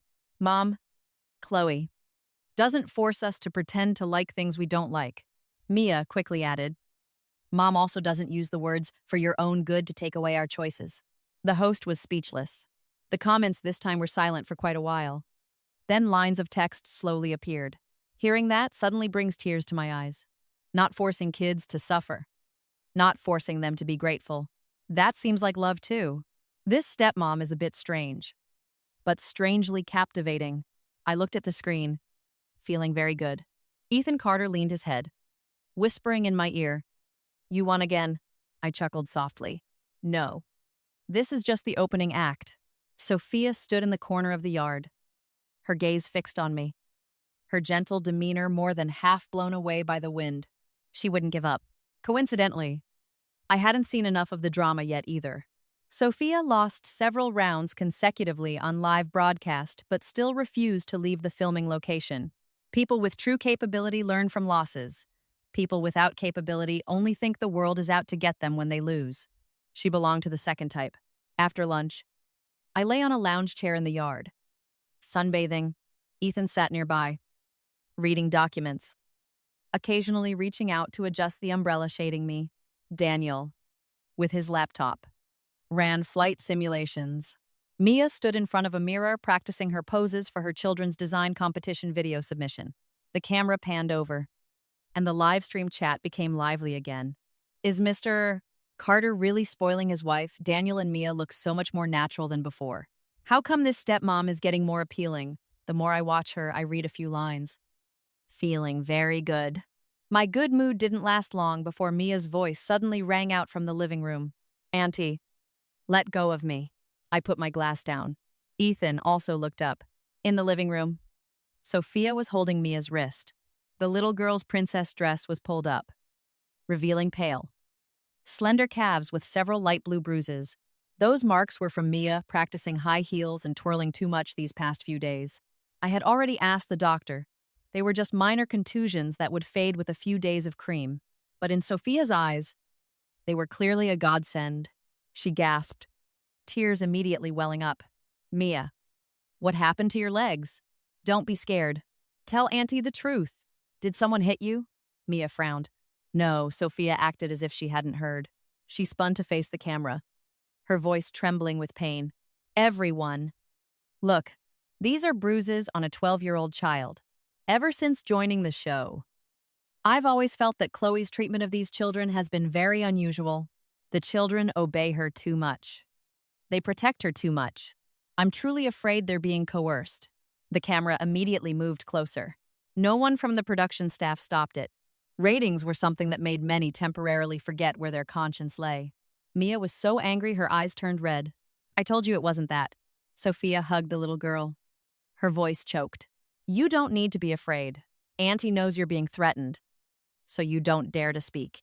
Mia pushed her away with force. Can't you understand human speech? The moment that sentence came out, the comments exploded. The child is spoiled. Maybe she really is controlled by her stepmom. Sophia is annoying, but this time she might not be wrong. The director, who had been silent as a mouse, saw the comments soaring and sent the host in, his face serious. To ensure the safety of minors, the program will temporarily pause the tasks and invite a doctor and child protection specialist for examination. I stood at the door, looking at the drama unfolding before me, and suddenly felt amused. Sophia thought she had found a fatal weakness, but she forgot one thing.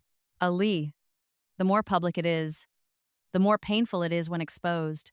Mia ran to my side, both angry and wronged. Mom, Chloe, I already explained, but she wouldn't listen. I pulled the little girl behind me, gently wiping the corner of her eye. It's okay.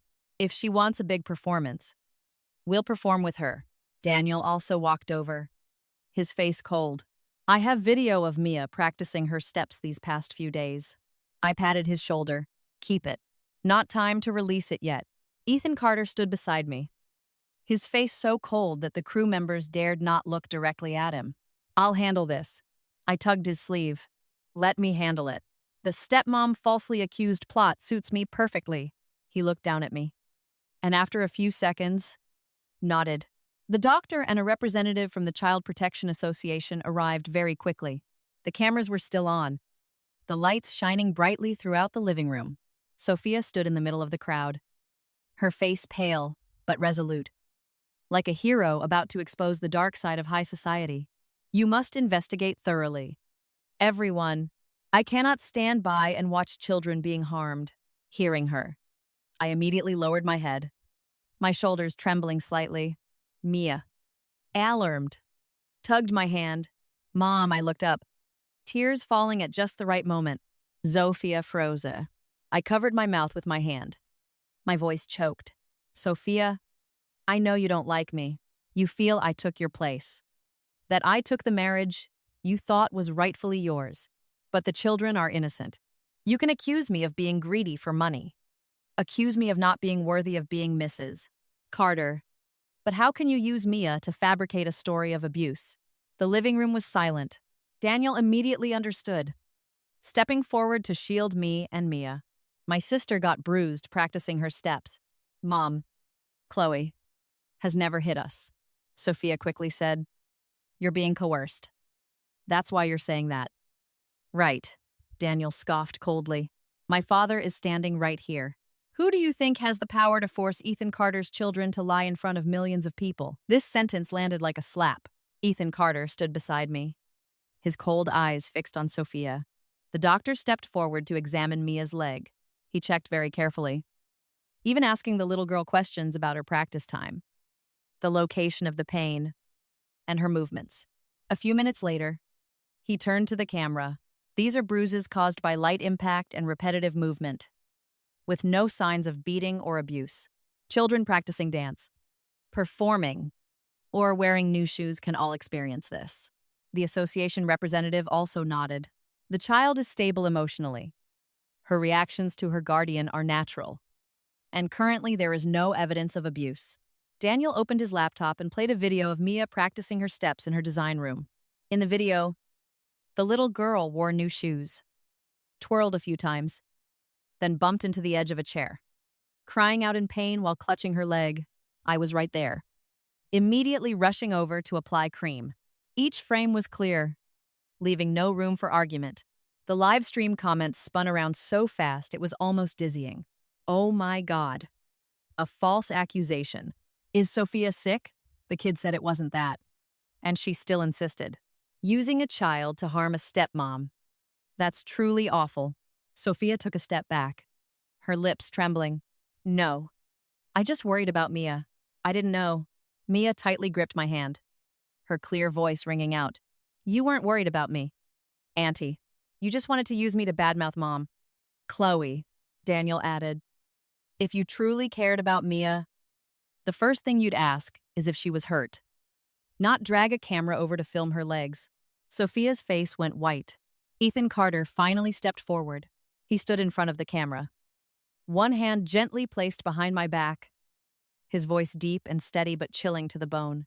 I am very grateful to this program for helping everyone see the truth. Sophia Thompson is only a temporary guest at the Carter estate and has no guardianship rights over Daniel and Mia. From this moment on, she is not permitted to have any private contact with the two children. Sophia burst into tears. Ethan, you've misunderstood me. I truly was doing it for the children. Enough. He cut her off. Using noble intentions to hurt others doesn't make you superior. I leaned gently against him, tears still on my face, my voice very soft. Honey, I'm a little scared. Ethan looked down at me, knowing full well I was acting. He still played along very naturally, reaching out to wipe my tears. It's okay. I'm here. The live stream chat exploded again. Mr. Carter is so gentle. Are they a real couple or not? Why does it seem so sweet? Support Mom. Chloe, protect the two kids. I lowered my face to hide the corners of my lips curling upward. Sophia stood opposite, looking at the scene, her eyes finally unable to hide the venomous resentment. Excellent. Her mask had cracked. With just a little more, her true self would reveal itself. After the failed false accusation of abuse, Sophia was asked by the production team to leave the filming area to stabilize her emotions.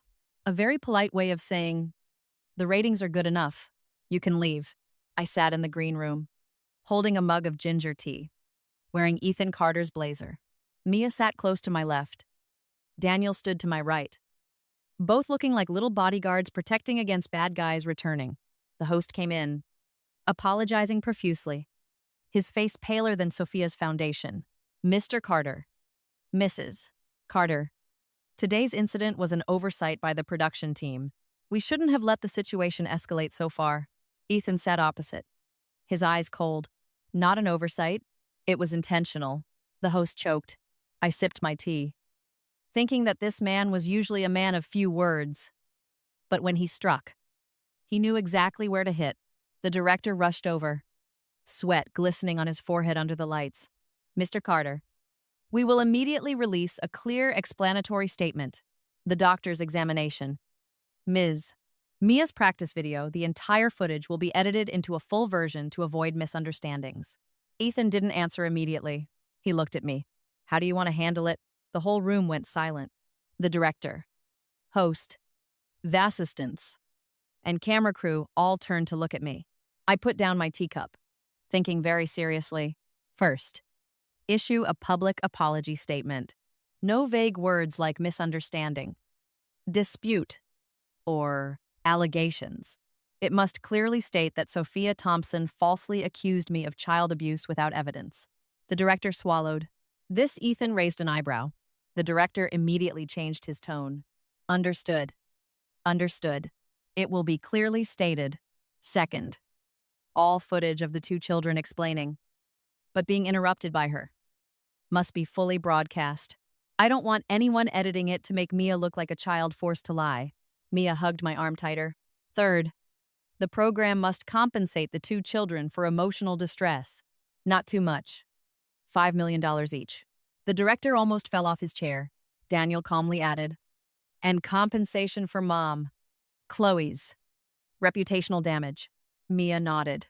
"Yes, there must be. Mom was criticized a lot." I looked at the two of them, deeply moved. Raising children certainly paid off. Ethan Carter curved his lips very faintly. "Carter Industries lawyers will discuss the details with you." The director, holding his breaking heart, nodded like a chicken pecking at grain. The news broke that same evening. The production team released an apology statement with the full video. The segment where Sophia grabbed Mia's hand, ignored the child's explanation, and deliberately shouted at the camera was replayed repeatedly by netizens. The comments completely reversed. "This is truly horrifying. The child said no, and she still tried to frame it as abuse." I used to feel sorry for Sophia, but now I'm disgusted.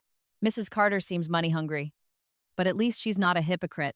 I read the last sentence, slightly annoyed. What did they mean? "Seems money hungry. I am openly and rightfully money hungry." Daniel, sitting next to me doing his engineering English homework, glanced at the screen and said, "That person is complimenting you." "Mom, the compliment isn't precise enough." Mia, lying on the rug sketching dress designs, didn't look up. "I'll post something." I immediately became wary. "What are you going to post?" The little girl held up her tablet. On the screen was a drawing. Me sitting on a throne made of black cards. On either side were Daniel holding a drone and Mia holding sewing scissors. Below it, the words, "Our mom. We know how to protect her." I was silent for 3 seconds. "Post it." The drawing, posted on Mia's account, immediately went viral. Not long after, Daniel's account reposted it with a short caption, "Anyone spreading rumors about my mom can expect a call from my lawyer." I looked at the words, "My mom," the corners of my lips uncontrollably curving upward. Just then, my phone rang. It was my adoptive mother from the Thompson family. The moment I answered, her voice was so sweet it made my teeth ache. "Chloe, dear, I saw the show. Why didn't you tell your father and me you were going through such a tough time, even if there's no blood relation? You're still the daughter we raised day by day. I leaned back into the sofa, glancing at Ethan Carter, who was sitting beside me, reading documents. Oh, really? I thought you only had Sophia as a daughter. The other end of the line paused. Then she immediately sighed. Sophia doesn't understand things. Your father and I will teach her. Don't take it to heart. Raising a child is more important than giving birth. How can 20-some years of affection just disappear? How wonderful. When they wanted me to give up the position of Mrs. Carter. Their 20-some years of affection must have been on vacation. I curved my lips. Of course. I remember your kindness. Dad and Mom. Speaking of which, when I married into the Carter family, Dad promised me 5% of Thompson Industries stock as a dowry. I wonder how far along the transfer papers are. The other end was silent. Silent for a very long time. Chloe. Darling. She forced a laugh. Chloe. The stock transfer isn't a small matter. It needs to be discussed with your father. Is that so? I sighed very softly. Without proper paperwork, family affection can easily be blown away by the wind. Recently, the media has been quite interested in the Thompsons. If anyone asks how my adoptive parents treat their adopted daughter, I'm afraid I won't know how to give a complete answer. A deep breath came from the other end of the line. After a few seconds, my adoptive mother's voice softened.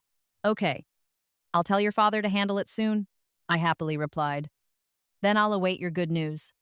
Dad and Mom. After hanging up, Ethan Carter looked at me, a smile in his eyes. Aren't you afraid they'll die of anger? No. I put my phone down. The Thompsons value their lives very much. No matter how angry they get, they'll live to calculate their own benefits. He closed his documents. Thompson Industries stock isn't worth much, but getting it from their hands is satisfying. Just as I finished speaking, Ethan Carter's phone rang. He answered, said a few brief words, then hung up. The lawyer has finished preparing the Carter Industries stock transfer agreement. I froze. What stock? He looked at me, his voice as calm as if he were asking. What's for dinner tonight? 10% of my personal shares. Transferred to you. My hand trembled. Mia's pen also fell to the rug. Daniel looked up sharply. I seriously looked at Ethan Carter. Do you have a fever? He chuckled. No. That's 10% of Carter Industries. You know, that's a lot of money. I know. I took a breath. My voice much softer. Are you really giving it to me? Ethan stepped in front of me, leaning down to refasten the bracelet on my wrist. Chloe, you're not an employee in this marriage. You're my wife. Daniel and Mia's mother. What I have should naturally be partly yours. The room was unusually quiet. My heart beat very fast. Faster than when I saw a bank account gain several zeros. Mia was the first to react. She rushed over and hugged me. Mom! Chloe, you're richer now. Daniel cleared his throat, but the corners of his mouth clearly curved upward. Congratulations. Mom, I was almost suffocated by the two children's embrace. Ethan Carter stood in front of me, his eyes so gentle they didn't resemble the cold CEO of rumors. Outside the window, the city lights shone brightly. Sophia once thought the position of Mrs. Carter was something she could reclaim with a few tears. But she didn't understand that some doors, once closed to her, would open an entire vault of gold for me. 10% of Carter Industries stock had just been transferred to my name when Sophia fell ill. Conveniently ill, according to Mr. Henderson. She collapsed outside the gates of the Carter estate at 9:00 p.m., wearing only a thin white dress, her hair loose over her shoulders, her face pale like a flower ravaged by rain. I was sitting on the rug with Mia, choosing rhinestones for a dress, and almost dropped the crystal in my hand when I heard this. She got kicked off the show and still found her way here, Mr. Henderson bowed his head. Miss Thompson said she had nowhere else to go. Daniel sat on the sofa, his eyes still glued to his tablet. Are all the hotels dead? Mia seriously added. There are at least 16 five-star hotels around here on the map. I looked at the two children, immensely proud. Their anti-manipulative woman thinking had matured very quickly. Ethan Carter had just walked out of his study. After hearing Mr. Henderson's report, he merely said coldly, "Call a doctor. After she's checked out, Send her back to the Thompsons. Mr. Henderson looked a bit troubled. The Thompson family isn't answering their phones. Excellent. Sophia's birth family had finally remembered how to play dead. I propped my chin on my hand, smiling at Ethan Carter. Honey, a pitiful little flower is begging for help outside the gate. Aren't you going to go see for yourself? He looked at me. Do you want me to go? No. Then I won't. His answer was so straightforward. I was very pleased. Finally, the doctor finished the examination, concluding that Sophia only had mild low blood sugar. Nothing serious at all. But as soon as she woke up, she clutched the maid's sleeve, crying and saying she was scared, didn't dare to go back to the Thompsons, and just asked to stay for one night. I was initially going to refuse, but seeing the venomous resentment she hid behind her tears, I changed my mind. I allowed her to stay in the first-floor living room. All cameras on, doors unlocked, curtains open. The Carter estate was large enough for an audience. Ethan Carter frowned. Are you sure? I gently patted the back of his hand. Don't worry. I want to see what other tricks she has up her sleeve. He looked at me for a few seconds, finally compromising. If anything seems off, call me immediately. I nodded very obediently. Got it. Darling husband. His earlobes reddened slightly. Daniel immediately turned his face away, pretending not to see. Mia, hugging her sketches, smiled so slyly I had to gently tap her forehead. In the middle of the night, the real drama began. I lay in bed, watching the security cameras on my tablet. On the screen, Sophia tiptoed out of the living room. She had changed into a champagne-colored silk nightgown. The neckline was so low that if she bent over just a little more, it would be enough to make viewers call the fashion police. Mia sat beside me, eating grapes, softly sighing. Isn't she cold, Daniel, whom I'd dragged along to be an unwilling audience member, had a face as cold as ice. You should ask if she has any brain left. I almost chuckled aloud. Sophia carried a glass of hot milk. Stopping in front of Ethan Carter's study door, she took a breath, adjusted her hair, then knocked. Ethan's voice came from inside. Come in. The door opened. Ethan sat behind his desk, his black shirt buttoned all the way to his neck, his eyes on documents. Hearing footsteps, he looked up, his brows immediately furrowing. Out. Sophia bit her lip, demurely placing the glass of milk on the table. Ethan, I know you're still angry with me, but I truly didn't intend to hurt Mia. I just worried too much about the little girl. You have no right to call her by such an intimate name. Her eyes reddened. Do you have to be so heartless with me? If the switched at birth incident hadn't happened that year, I would have been the one to marry you. We were meant to be. Ethan closed his file. No, we weren't. Sophia trembled, stepping forward. I don't need a title if I can just be by your side. Chloe is so money hungry. She fundamentally doesn't love you. I'm different. I can take care of you. I can do anything for you. In front of the screen, Mia was so angry she crushed a grape. She's bad-mouthing Mom. I calmly handed her a tissue. Don't get upset. Watch your dad do his thing. In the study, Sophia had already circled the desk, deliberately leaning over as she poured milk. That pose, if put in an old movie, would surely have a soaring orchestral soundtrack. Ethan stood up, taking a full step back. Stay 3 feet away from me. Sophia choked. Are you afraid she'll misunderstand? I can explain. I just want to help you be less tired. You make me more tired. I clapped very softly. That line earned maximum points. Sophia finally couldn't hold back anymore.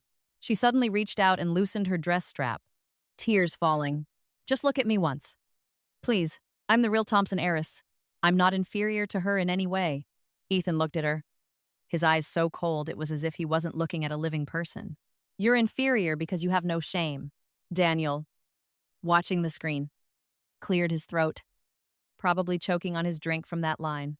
Sophia's face paled, but she still tried to step forward.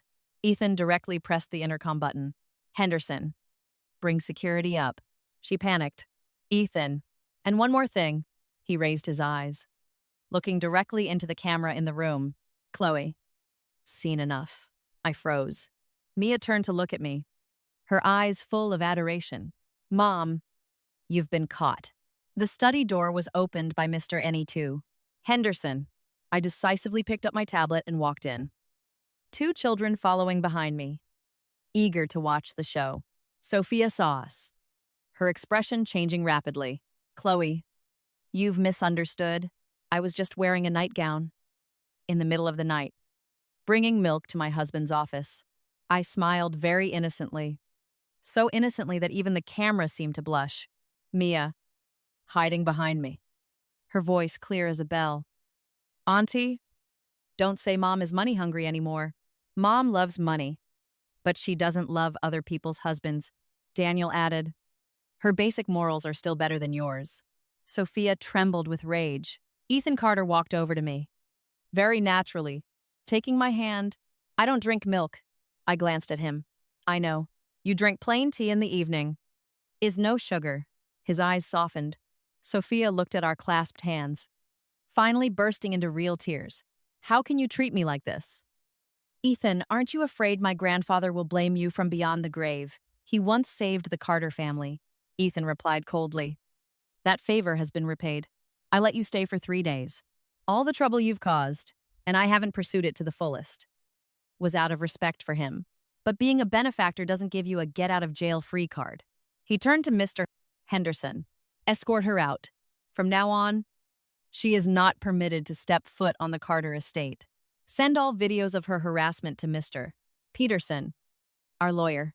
If she approaches my wife or children again, we will immediately press charges. Sophia was held by the security guards, struggling until her hair was disheveled. Ethan Carter, you'll regret this. Chloe only loves your money. I peeked out from behind Ethan Carter, honestly nodding. That's right. I love his money. But he also transferred shares to me, proving that this love is legally protected. Daniel lowered his head. Chuckling, Mia clapped her hands very softly. Sophia was dragged out the door, her cries fading into the hallway. The estate finally became quiet again. I pulled my hand from Ethan Carter's, about to slip away, but he held me back. Enjoy the show, I cleared my throat. It was all right. If you want to watch another one in the future, you can watch it live from my study. His voice was very calm, but the smile in his eyes was almost undisguised. I was rarely at a loss for words. Mia immediately grabbed Daniel and ran off. Brother, let's not bother Mom and Dad with their romantic talk. Daniel frowned. Who taught you that phrase, Mom? Chloe says it when she watches romance dramas. The two children disappeared very quickly, leaving only Ethan and me in the hallway. He leaned down, the distance closer than usual. Chloe, I don't need anyone to take care of me. I looked up. He looked at me, his voice low and firm. But if it's you, I'd be very happy. My heart suddenly skipped a beat. This man was usually a man of few words, but once he said something sweet, the impact was truly significant. I looked at him for a few seconds, then very seriously asked, So, does taking care of you come with an extra allowance? Ethan chuckled, pulling me into his arms. Everything I have is yours. Outside, the security guards had just closed the gates. Sophia was evicted from the Carter estate in a flimsy nightgown. Looking so disheveled, she no longer resembled a true heiress. And I, standing in Ethan Carter's embrace, suddenly realized that the position of Mrs. Carter was growing warmer and warmer. So warm that it made me reluctant to ever leave. Sophia was expelled from the Carter estate in a pathetic state. But I didn't feel at ease. Those who know shame will stop. Those who don't know shame will just find a new way to go mad. Sure enough, less than half a month of peace passed before something happened. That day, Mia had an extracurricular design class, and Daniel stayed at school to test a mini drone model. According to the schedule, a Carter family driver would pick up the two children at 5:00 p.m. at Shinch Zeche. Mr. Henderson, his face white, rushed into the living room. Mrs. Carter. The car arrived at the school, but the teachers said the young master and young lady had already been picked up by a family member. The cup in my hand dropped to the rug. Which family member? The person used Sophia Thompson's name and even produced a fake authorization letter with the school's seal. I immediately called Daniel. No answer. Mia's phone too. A chill ran down my spine. But my mind was strangely calm. I called Ethan Carter directly. The moment the call connected, I didn't beat around the bush. Daniel and Mia have been taken. It's likely Sophia Thompson. The other end of the line was silent for a second. His voice dropped. So cold, it made me shiver. I'm coming home immediately. Don't go anywhere alone. Just as I was about to reply, an unknown number called, unknown call. I'm recording this. I switched calls and put it on speaker. A male voice. Distorted and crackly. Echoed. Chloe Thompson. Your 2 children are in my hands. If you want them alive, bring $50 million cash to the abandoned warehouse on the west side of the city. Come alone. If you call the police, you'll pick up their bodies. I looked at Mr. Henderson. He immediately understood, signaling the tech team to trace the call. I kept my voice just shaky enough. Don't harm them. I can prepare the money. The other party scoffed. Smart girl lives long. 1 hour to get here. The call was cut. 15 minutes later, Ethan Carter arrived home. He hadn't even had time to change out of his suit. His eyes dark and terrifying. The call was from a burner phone, but cameras near the school caught the license plate. The Carter family security team, lawyers, and security specialists are already gathered in the Great Hall. The atmosphere was taut. Ethan took my hand. I'll go. I shook my head. They asked for me. If they don't see me, they'll change location or do something reckless. No, Ethan Carter. I looked him straight in the eyes. Daniel and Mia call me Mom. I can't hide behind you now. His eyes turned a faint red.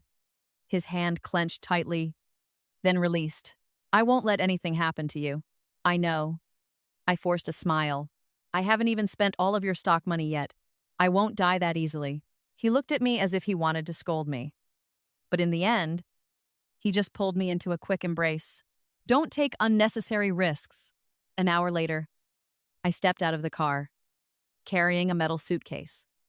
At the abandoned warehouse district, wind swept through the old buildings. The smell of rust and damp dust filled my nostrils. There was no one behind me. At least not that I could see. In my tiny earpiece, Ethan Carter's voice was very low.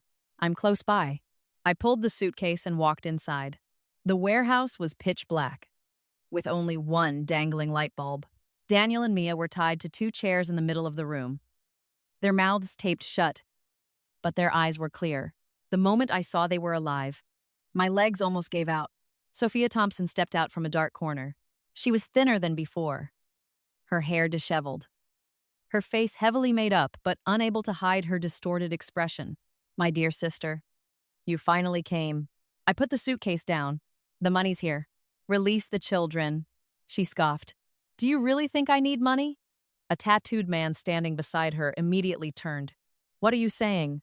If you don't need money, why did you call us here? Sophia impatiently glared at him. Shut up.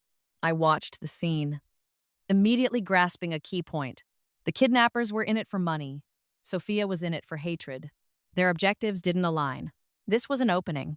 I slowly opened the suitcase. Inside were stacks of real cash, and beneath the money were tracking devices and signal transmitters. The tattooed man's eyes lit up. He stepped forward to grab it. Sophia, however, kicked the suitcase aside. Don't touch it. I want her to kneel and beg me. The man exploded. You crazy woman. Are you messing with us? Sophia ignored him, staring intently at me. Chloe Thompson. I'm clearly the biological daughter of the Thompson family. Clearly, the position of Mrs. Carter should be mine. What right do you have to have everything? What right do the children have to call you Mom? What right does Ethan Carter only look at you? Mia struggled violently in her chair, tears streaming down her face. Daniel looked at me, blinking twice. His signal. The boy wasn't panicking. I remembered the smart bracelet Daniel himself had modified for Mia. If the kidnappers carelessly hadn't removed it, it could transmit a proximity signal. I looked at Sophia, deliberately scoffing. You ask, what right? I have the right because I have money. I have brains. And you only have expired tears. Her face twisted. You dare say that. She lunged to slap me. I didn't dodge. The slap landed, my lips stinging. But it bought me a few extra seconds. In my earpiece, Ethan Carter's voice was terrifyingly cold. Chloe. I cleared my throat, pretending to stumble back towards Daniel. You can hit me, but even after hitting me, you still won't become Mrs. Carter. Sophia, mad with rage, raised her hand to strike again. Just then, Daniel suddenly lunged, his chair tipping violently to one side. The ropes on his hands had loosened at some point. He used a small metal shard to cut the remaining rope, then twisted around and pulled the tape from his mouth. Mom, duck. I immediately ducked. At the same time, the lights in the warehouse flickered on and off. Daniel's mini drone shot up from under the table, ramming straight into the hand of the tattooed man holding a knife. The knife clattered to the ground. Mia, seizing the chaos, rubbed her ropes against the chair's edge that Daniel had already prepped, freeing one hand, then rolled behind a wooden crate. The warehouse door was kicked open, and Carter security guards stormed in like a whirlwind. Ethan Carter was the first to rush to me. He pulled me into his arms, his hand pausing as it touched the red mark on my face. His eyes darkened. Sophia Thompson. Just 3 words. Sophia trembled. Backing away, she turned to run. But Daniel had controlled his mini drone to cut the remote control for the door that she held. Security immediately restrained her to the ground. No. I'm the real heiress. I'm the one who should be Mrs. Carter. Mia ran over, hugging my waist, crying so hard she couldn't breathe. Mom? Chloe. I was so scared. Daniel stood beside her, his eyes red-rimmed, but still trying to appear calm. I told you not to cry. The moment he finished speaking, tears fell from his own eyes. I hugged both children to my chest, my throat tight. It's okay now. Mom's here. Ethan Carter knelt on one knee before the 3 of us, his arm enveloping both me and the children. I was late. Daniel shook his head, his voice hoarse. No, you weren't. Mom bought a lot of time, Mia sobbed, echoing. Mom is also very good at yelling at people. I chuckled amidst my choked tears. Ethan Carter looked at me, both heartbroken and helpless. Outside, the police sirens grew closer. Sophia Thompson was dragged away, still screaming hoarsely. Chloe Thompson, you stole everything from me. I hate you. I hugged the 2 children, looking at her with cold eyes. You're wrong. None of this ever belonged to you. The night wind blew through the dilapidated warehouse. In my arms, Daniel and Mia were still trembling slightly. Ethan Carter squeezed my hand very tightly, as if he let go for even a moment, I would disappear. I suddenly understood. The position of Mrs. Carter was initially just a transaction, but this family had long ceased to be just a contract. Sophia Thompson was taken away by the police, her screams raw. The abandoned warehouse quickly lit up with flashing police lights. The kidnappers confessed very quickly. Money made them reckless. But it wasn't enough for them to take the fall for Sophia Thompson. In just one night, the entire story of her hiring people to kidnap Daniel and Mia was fully exposed. The Thompson family initially wanted to save their biological daughter, but Ethan Carter used just 1 press conference and 3 letters from his lawyers to silence them.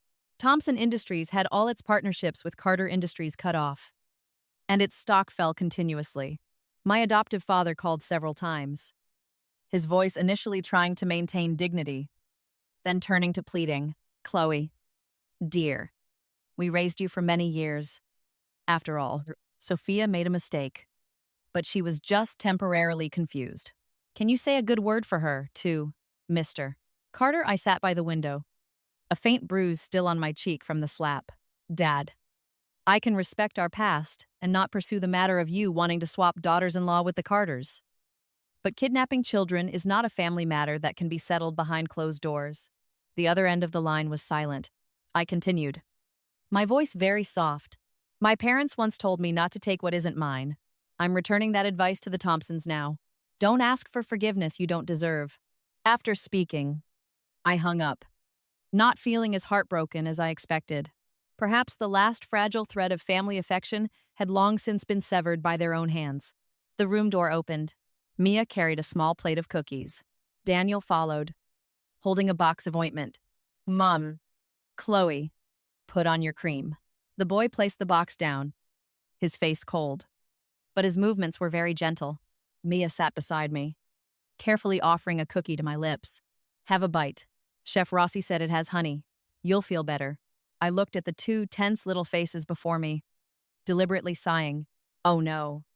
You two are going to turn me into a useless person. Mia immediately became serious. Mom doesn't need to be too useful. Mom just needs to spend money happily. Daniel nodded. The rest is for Mia and me to work hard for. I smiled, and the wound on my cheek hurt a little. Ethan Carter stood outside the door. I didn't know since when. He watched the scene, his eyes so gentle it was almost unfamiliar. The lawyers say the trial won't be an issue. Sophia Thompson will spend many years in prison at least. Mia gripped my hand tightly. Daniel lowered his eyes, his voice softer. She won't appear again? Right, Ethan walked over, placing a hand on his shoulder. No one can harm you again. I looked at him, wanting to tease him a bit, to lighten the mood. But my throat suddenly tightened. After the kidnapping, I truly understood how heavy the words family were. Before, I thought I only needed money. Now, no matter how many zeros were added to my bank account, they couldn't compare to the moment I saw my two children safely running back to me. A month later, the case closed. Sophia Thompson was sentenced, and the Thompson family also crumbled due to a series of scandals unearthed. My adoptive parents tried to meet me several times, but I didn't go. One should be generous to oneself in life. If a place has already festered, don't go back and dig it up to smell it again. The Carter estate gradually returned to its usual bustling self. Daniel won first place in the National Junior Robotics Competition. On the award stage, the boy wore a black suit, holding his trophy, facing the media cameras with a cold expression. The host asked him who he wanted to thank most. Daniel was silent for a few seconds, his eyes looking down at the front row. I want to thank my mom. Chloe, Mom never thought my dream was a useless game. I sat below the stage, almost dropping my handbag. Mia beside me clapped until her palms were red. Ethan Carter leaned over, asking in a low voice. Moved, I tried to save face. No, just calculating if that trophy is real gold-plated. He chuckled, not exposing my reddened eyes. A week later, it was Mia's turn to have her first small fashion show. The dress, titled Embracing Light, was designed by her own hands. The dress was a pale cream, its waist adorned with small stones like starlight. When the model walked out, the screen behind displayed words written by Mia. To Chloe, the first person to say my sketches were beautiful. The auditorium filled with applause. I hid my face with my handbag, not wanting anyone to see me losing my composure. Ethan Carter sat beside me, his hand quietly taking mine. Chloe. I turned to him. He wasn't wearing his usual serious black suit, but a light-colored outfit that Mia had insisted on coordinating. He looked less cold, more like a normal husband. He took out a velvet box. Inside was a ring, not the wedding ring hurriedly chosen for our contract marriage, but a new ring. Simpler, yet more beautiful. The first time we married, I needed someone to stand by me in the Carter family. This time, I want to ask you to stay by my side. By Daniel's and Mia's. Not because of a contract, not because of responsibility. His voice was slightly hoarse. Because I love you. The surroundings had gone quiet at some point. Mia stood behind the stage, her hands covering her mouth, her eyes sparkling. Daniel stood beside his sister, outwardly calm, but his blushing ears betrayed him. I looked at the ring, my heart so soft it could no longer hold up. But Chloe Thompson's spirit couldn't crumble so easily. I cleared my throat. If I agree. Will my allowance increase? Ethan Carter looked at me for a few seconds, then chuckled. Everything I have is yours. How much more do you want to increase? That sounded very sincere. I held out my hand. Then, Mr. Carter, I look forward to your guidance in the future. He put the ring on my finger, then leaned down and kissed the back of my hand. Mia cheered, running over to hug both of us. Daniel was a step slower, but finally walked over, wrapping his arms around my shoulders from behind. Ethan Carter embraced the three of us, the stage lights falling warmly. There was a time when I married into the Carter family just for money. Later, I realized the biggest bargain of my life wasn't stock shares, wasn't a black card, and certainly wasn't the title of Mrs. Carter, but that in that large house, there were people waiting for me to eat, children calling me Mom, and a man who always held my hand whenever the wind blew. Of course, money was still very important, but if you have both money and love, then my life truly hit the jackpot.